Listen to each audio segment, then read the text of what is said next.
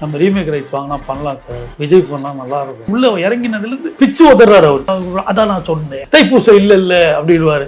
அந்த லுங்கியை கட்டிக்கிட்டு அப்படியே பண்ணினா உடனே அப்படியே ஒரு ஏஐ மாதிரி இருந்தார். பாஸ் கண்ணாடி போட்டு ஹாய் செல்லம் அப்படின்னு பாஸ் சூப்பர்ரா. மணப்பெண் தோழிகள், மதுரவி இருந்தானே, அது விஜய் சார் ஒரு பிராண்டு சார், அது ஒன்றும் பண்ண முடியாது. ரஜினி சார் எப்படி ஒரு பீரியட்ல இருந்தாங்களோ அந்த மாதிரி அவர் ஒரு பிராண்டு. நான் கில்லியில் இருக்கும்போது ஒரு பாய் தான் அவர். அதுக்கு மேலே launch then life our.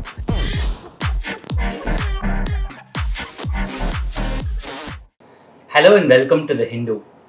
This is Srinivasa Ramanujam and today we have with us film director Dharani representing team Gilli. Sir, vanakkam sir. வணக்கம் Sir, சென்னையில் ஒரு ரொம்ப முக்கியமான லேண்ட்மார்க் ஜெமினி பிரிட்ஜ் சார். இந்த ஜெமினி பிரிட்ஜை நீங்கள் ஜிஎன்செட்டி சாலையிலேருந்து நீங்கள் போனீங்கன்னா லெஃப்டில் ஸ்கூல் ஆஃப் டெஃப் அண்ட் பிளைண்ட்னு இருக்கும். அங்கே 2004 கில்லியோட ஆடியோ கேசட் ரிலீஸ் ஃபங்க்ஷன் நடந்தது.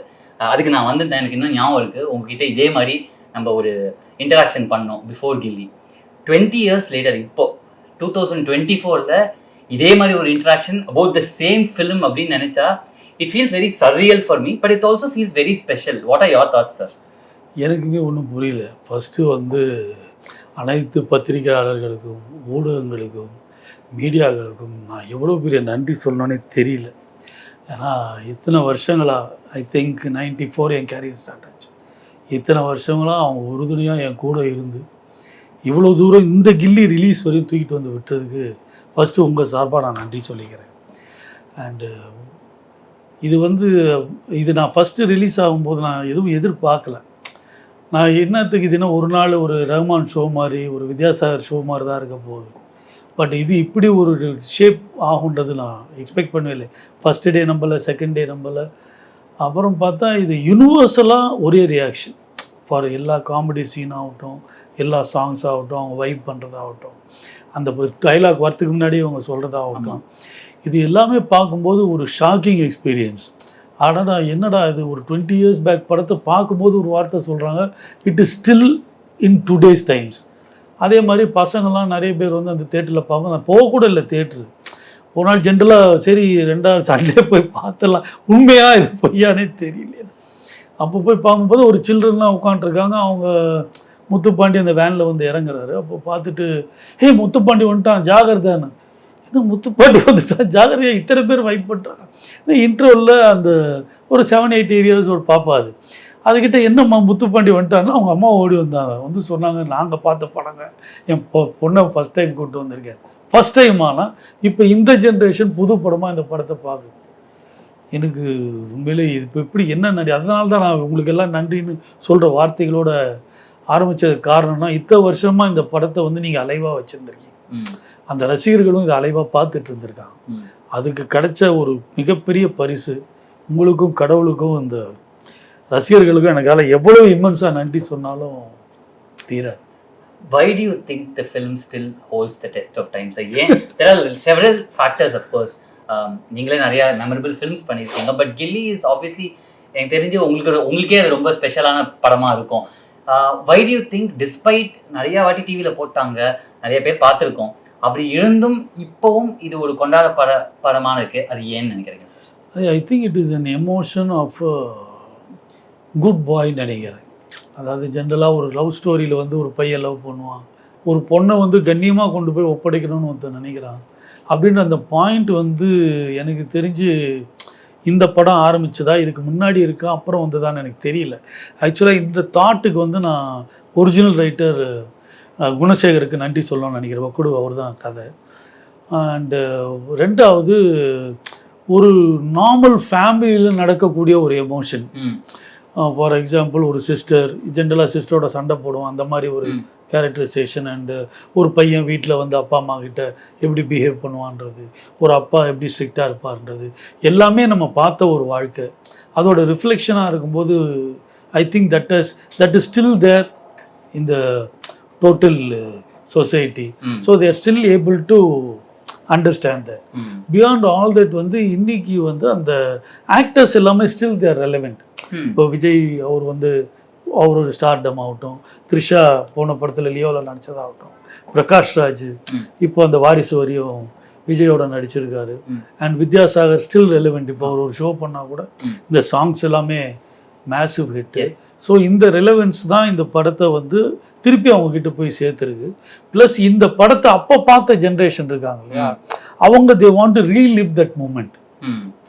அப்போ அதுக்கு வந்து அவங்க ரீலிவ் பண்ணணும்னு நினைக்கும் போது அவங்க கூட இருக்கிற பசங்கள்லாம் what is great in this, what is that you want to ரீலிவ்னு கேட்கும்போது come let's go watch the ஃபிலிம்னு அவங்க கூட்டிகிட்டு போகும்போது now they goes watch the film and understand. ம்.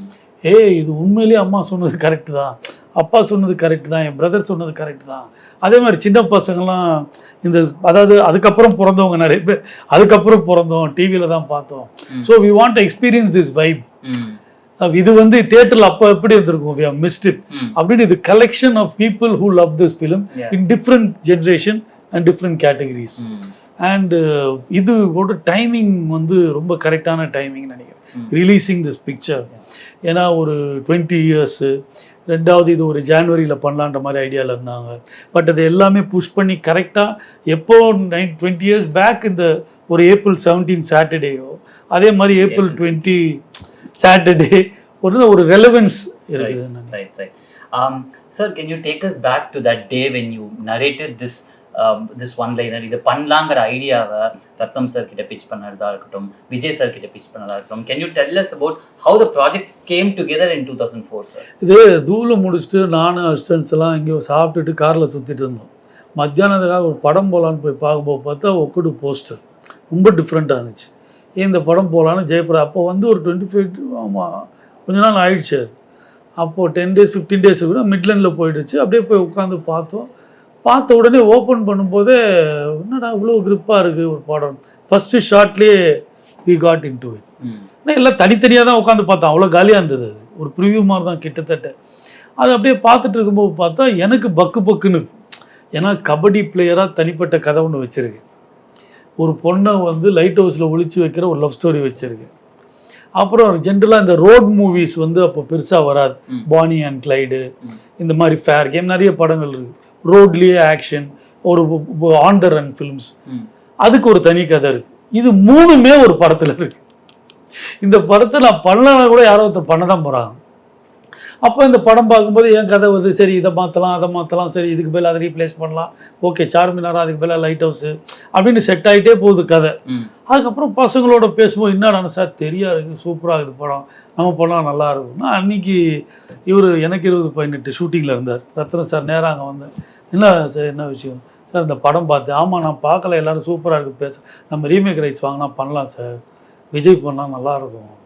அப்படியா அப்படியா சொல்கிறீங்க, நீங்கள் நிறைய பேர் ட்ரை பண்ணிட்டுருந்தாங்க. இல்லை சார் உண்மையிலே இன்ட்ரெஸ்டிங்காக இருக்கும், பட் சேஞ்சஸ் எல்லாம் பண்ணணும், இதுவாக இருக்கும். சரி அப்படின்னாரு. அதே மாதிரி எஸ்எஸ்சி அவர் கூப்பிட்டார் போகிற சாரை கூப்பிட்டு இந்த மாதிரி ஒக்குடு படம் இருக்குது பண்ணுறீங்களா, நீங்கள் தான் எவ்வளோ பெரிய பட்ஜெட்டில் ஒரு படம் பண்ண முடியும் அப்படி.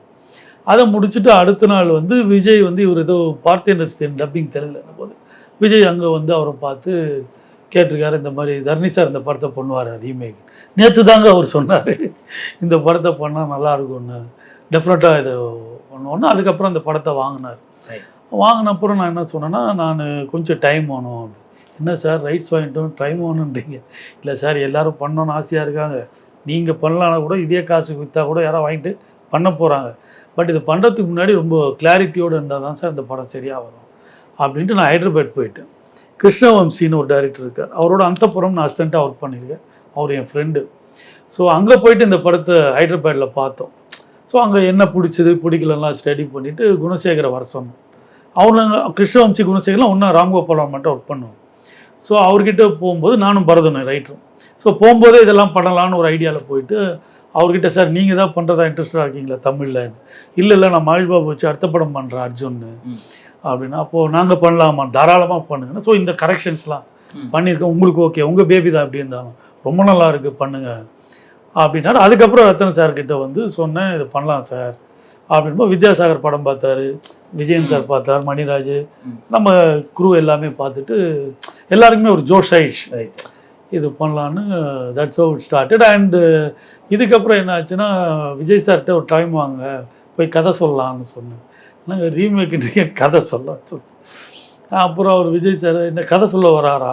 ஆமாம், அவரு அவங்க பாதலாம். அதோட இந்த மாதிரி சில சேஞ்சஸ் இருக்குது சார், இது தமிழுக்குன்னு பண்ணால் கரெக்டாக இருக்கும். ஏன்னா இங்கே வந்து ஆல்ரெடி நான் தூள்னு ஒரு படம் பண்ணியிருக்கேன். ஸோ அந்த மாதிரி சொன்னக்கா நானே யூஸ் பண்ணியிருக்கேன், ஒரிஜினலாக இருக்கா. ஸோ இந்த சேஞ்சஸ் வந்து உங்களுக்கு நெக்ஸ்ட் டோர் பாய்னு ஒரு இமேஜ் நீங்கள் பெரிய இதுவாக இருந்தாலும் உங்களை இறக்கி இதில் பண்ணால் ஒரு இன்ட்ரெஸ்டிங்காக இருக்கும்னு தோணுது. நீங்கள் டிசைட் பண்ணி சொல்லுங்கள் சார். இப்படி இல்லைனாலும் நான் பண்ணலன்னா இந்த படம் நடக்க போகுது, பட் இதெல்லாம் உங்களுக்கு ஓகே ஆகும்போது அப்படியே ஒரு 5 நிமிஷம் யோசிச்சுட்டு விஜய் சார் இவர் நம்ம ரத்தன சார் சொன்னார், இல்லைங்க அவர் ஆல்ரெடி நான் அவரோட படம் பண்ணியிருக்கேன், அவரை பற்றி தெரியும் அப்படின்னும் போது விஜய் சார் ஓகேங்க வில் கோ அஹெட் அப்படின்னாரு. That's how it started. நிறையா மெமரபிள் இன்சிடென்ட்ஸ் இருந்திருக்கும். லைட் ஹவுஸ் மென்ஷன் பண்ணீங்க, நிறைய மெமரபிள் இன்சிடென்ட்ஸ் இருக்கும். அதில் ஃபார் ஆர் வியூவர்ஸ் நீங்கள் ஏதாவது a couple of memorable incidents that happened probably during the shooting, can you share for us, sir? இல்லைங்க, ஒவ்வொரு டேமே தாங்க படம். ஏன்னா அவ்வளோ பெரிய படம். அது வந்து லைட் ஹவுஸ் போட்டதாகட்டும், மணிராஜ் தான் அங்கே தேடிக்கிட்டே இருந்தோம் லொக்கேஷன். அப்போது ஜிவி கார்டன் ஒன்று இருந்துச்சு. அது வந்து நம்ம காதல் தேசம் அங்கே தான் செட்டு போட்டாங்க. ஸோ அந்த இடம் எனக்கு தெரியும், ஏன்னா ஜிவி ஃபிலிம்ஸில் நான் ஒர்க் பண்ணும்போது. ஸோ அந்த இடம் வந்து கரெக்டாக இருக்கும்னு சூஸ் பண்ணோம். மணிராஜ் ஆமாம் இது பர்ஃபெக்டாக இருக்கும், ஏன்னா லைட் ஹவுஸு பீச்சு இது எல்லாமே லுக்கு வேணும்.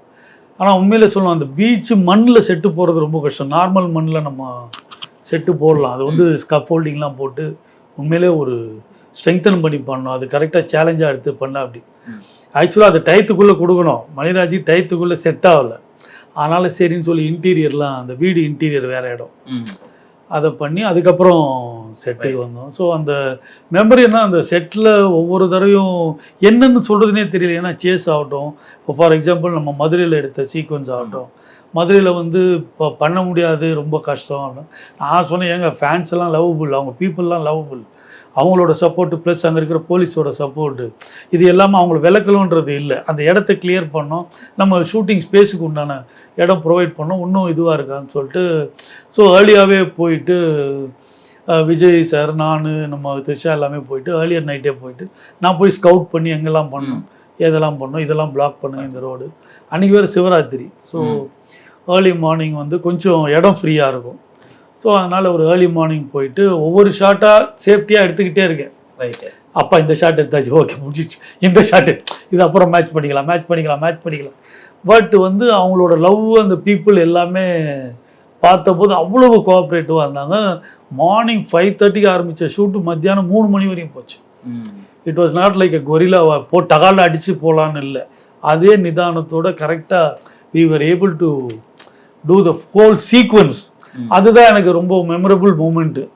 அந்த விரலை அவர் பண்ணுறது கூட அங்கே தான் எடுத்தோம், அந்த க்ளோஸ்அப்போட. ஸோ இட் வாஸ் அந்த மாதிரி ஒவ்வொரு அந்த சேஸ் ஆகட்டும், ஏன்னா அந்த சேஸ் வந்து அப்படியே வரணும், ஏன்னா அது வந்து ரொம்ப எக்ஸலண்ட்டாக எடுத்திருப்பாங்க. ஸோ எங்கேயுமே எதுவுமே அது குறையக்கூடாது அப்படின்னு ஒவ்வொரு கேரக்டர்ஸும் ஃபிக்ஸ் பண்ணும்போது ஃபஸ்ட்டு ஊர்வசி மேடம் ஃபிக்ஸ் பண்ணியிருந்தோம் அந்த மதர் ரோலுக்கு. அவங்க கரெக்டாக டேட்ஸு செட் ஆகலை, அப்புறம் தான் அவங்க ஜானகி அவங்கள ஃபிக்ஸ் பண்ணோம். ஸோ எல்லாமே it fell into place and moment எது எல்லாம் ஒவ்வொரு டே மூமெண்ட் தாங்க. ரைட்.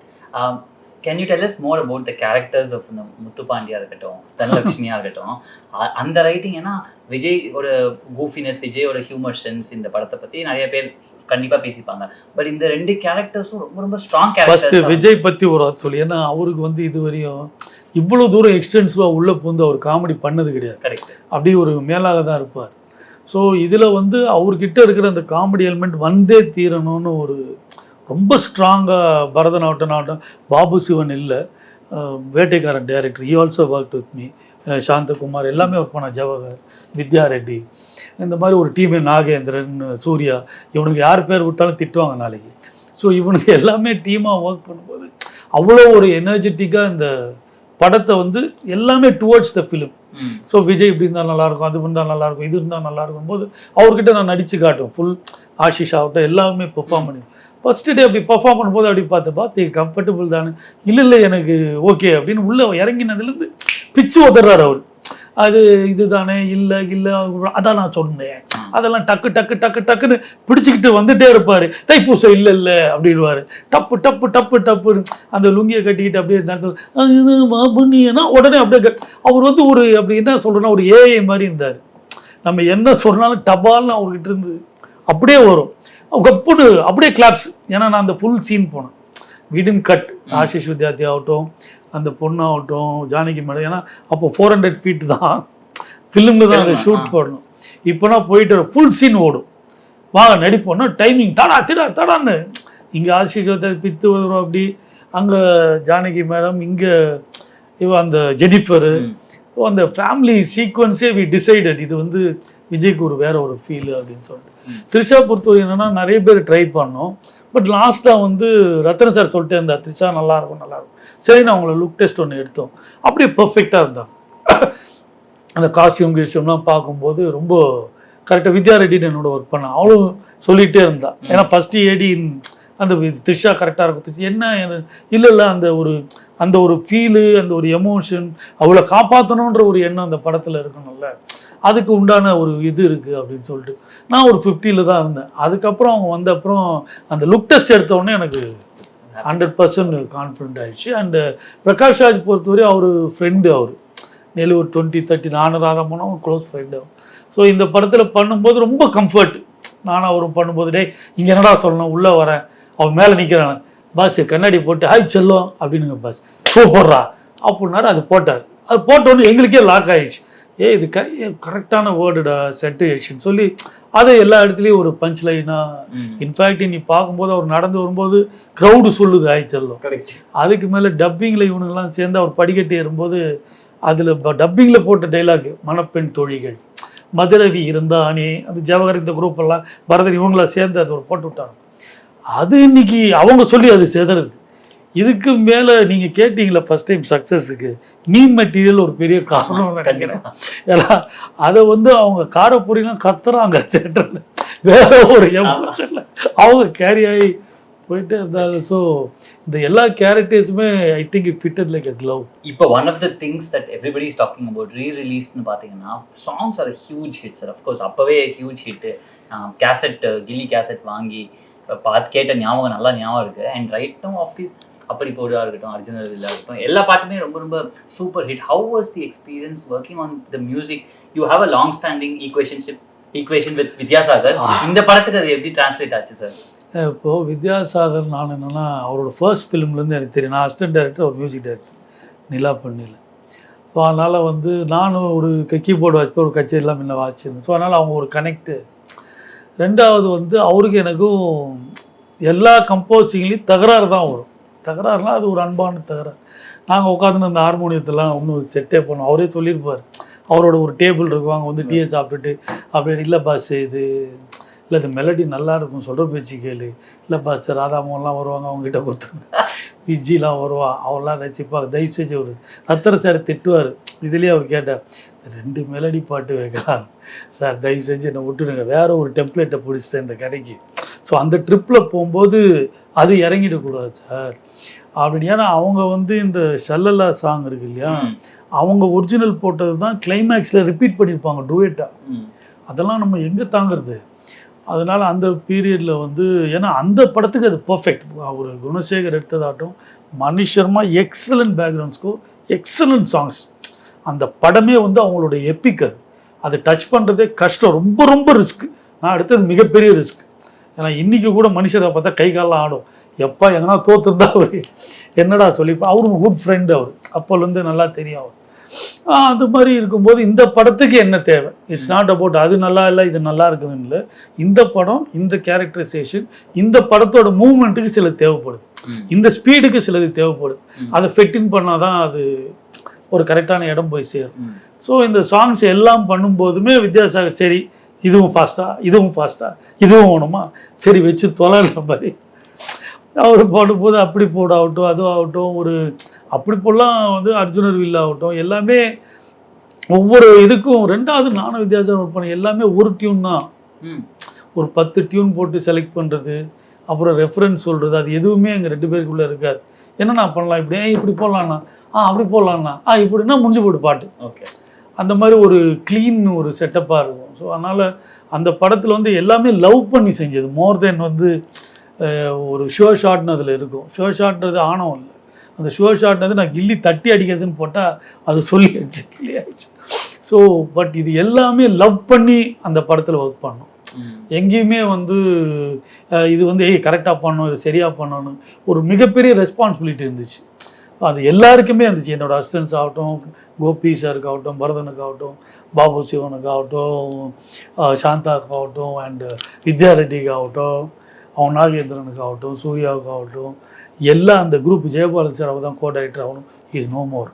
அவர் மணிபாஸ்கர் என்னோட அசோசியேட், இவங்க எல்லாமே ஒரு அலர்ட்டாக இருப்பாங்க. ஒரு இராணுவம் மாதிரி இருக்கும் மொத்த குரூப்புமே. ரெடி ரெடி ரெடி ரெடின்னு அப்படி இருக்கும். அதே மாதிரி ஆக்டர்ஸ், போக்குவரத்து, அவங்க எல்லாமே அதை அண்டர்ஸ்டுட். இந்த படத்துக்கு இதுதான் மூமெண்ட்டு.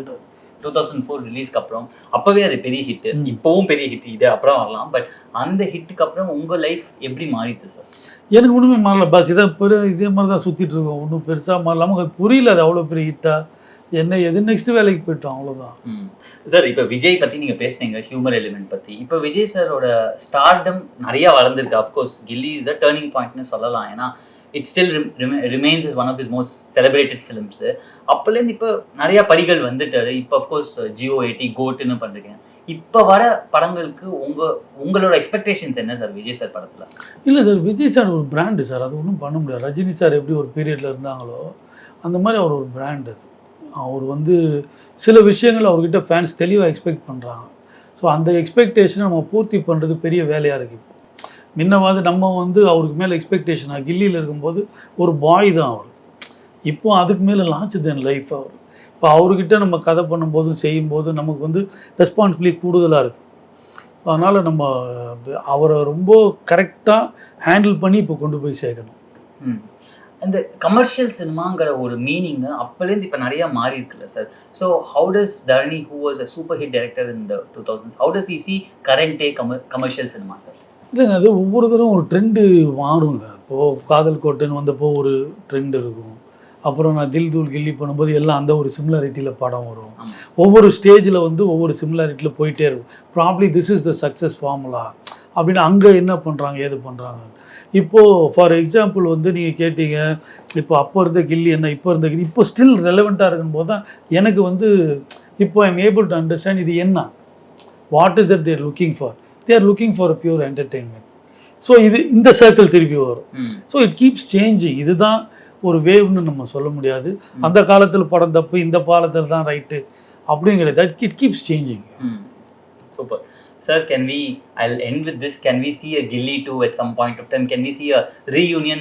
நீங்கள் இப்போ சொன்ன நிறைய நேம் சொன்னீங்க, விஜய் சொன்னீங்க, த்ரிஷா, பிரகாஷ் ராஜ், அஃப்கோர்ஸ் நீங்கள் இருக்கீங்க, வித்யாசாகர் சார். ஒரு கில்லி 2 ஒரு ரீயூனியன் என்னைக்காவது பார்க்கலாமா சார்? கில்லி 2 இப்போ தானே ரிலீஸ் ஆச்சு. கில்லி 1 2004, கில்லி 2 2024. கில்லி 2 எடுத்திருந்தா கூட வந்துருப்பாங்கன்னு தெரில. இதுதான் ஆக்சுவலாக கில்லி 2ன்னு போட்டிருந்தா கரெக்டாக இருந்தது.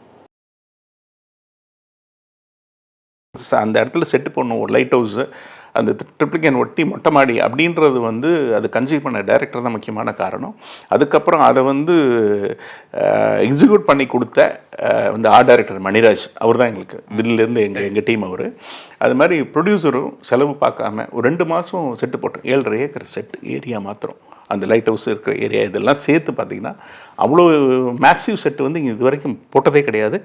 அந்த வந்து ஒரு பட்ஜெட் பார்க்காம இந்த ஆர்டிஸ்ட்க்கு இவ்வளோ தான் மார்க்கெட் இது பற்றிலாம் கால்குலேட் பண்ணாமல் ஒரு கிரியேட்டராக ஒரு டைரக்டருக்கு 100% சப்போர்ட் பண்ணார் ப்ரொடியூசர் சார். அந்த ஹீரோ வந்து ஒரு நெக்ஸ்ட் நார்மல் பர்சன், நமக்குள்ள ஒரு பையன் மாதிரி கேரக்டர் ட்ரீட் இது ஹீரோவை ட்ரீட் பண்ணல இந்த கதையில். இப்போ இவங்க எல்லாருக்கும் தெரியுமா, ரஷ்யப் இப்போ தான் வந்தார், ஓட்டு போட்டார். அதுக்கு முன்னாடி தான் நான் பேசினேன். அதாவது லாஸ்ட்டு பர்த்டே அன்றைக்கி பண்ணலாம்னு நினச்சேன் விஜய், இப்போ ரெடி ஆகலை, ஆஸ் அர்லி ஆஸ் நான் ரீரிலீஸ் பண்ண போகிறேன்னு சொல்லியிருந்தேன். அநேகமாக நாளைக்கும் பார்த்து அவர் விஷ் பண்ணுவேன் நான் ஃபஸ்ட்டு. சூப்பர். இப்போது அவர் பாலிடிக்ஸில் போகிறேங்கிறாரு, திருப்பி நடிக்கிறாரா நடிக்கலையா, அதுக்கப்புறம் அந்த சந்தர்ப்பம் எல்லாமே வந்ததுன்னா அமைஞ்சதுன்னா பண்ணலாம். ஆனால் ஒன்று மட்டும் இருக்குது, எல்லாம் இப்போ பார்ட் 2க்கு பயங்கர கிரேஸ் இருக்குது இந்தியாவிலவே. இப்போ சனி டேல் பண்ண கத்தார் பார்ட் 2 ஹிட் ஆச்சு, அதன உடனே பாகுபலி பார்ட் 2 ஹிட் ஆச்சு. இப்போ எல்லாமே பார்ட் 2 பண்ணுறாங்கல்ல. இப்போ நாங்கள் 7G பார்ட் 2 பண்ணுறோம். இப்போ நாங்கள் பண்ணுற ஹரிஹர் வீரமலை பார்ட் 1 ரிலீஸ் பண்ணுறோம், பார்ட் 2 பண்ண போகிறோம். இப்போ எல்லாமே இங்கிலீஷ் ஸ்டைல் மாதிரி எல்லாமே பார்ட் 2 கண்டினியூ பிராண்டு ஹிட் ஆச்சு, அந்த பிராண்ட் கண்டினியூ பண்ணால் இப்போ படம் எப்படி இருந்தாலும் முதல்ல எல்லாத்தையும் பார்க்கணுன்னு வருவாங்கல்ல, அதனால் அது பயங்கர க்ரேஸாக இருக்கும். கில்லி பார்ட் 2 பண்ணால் டெஃபினட்டாக நீங்கள் சொன்ன மாதிரி நல்லாயிருக்கும். அதுக்கு முயற்சி பண்ணலாம், அது அமைஞ்சால் வெரி குட்.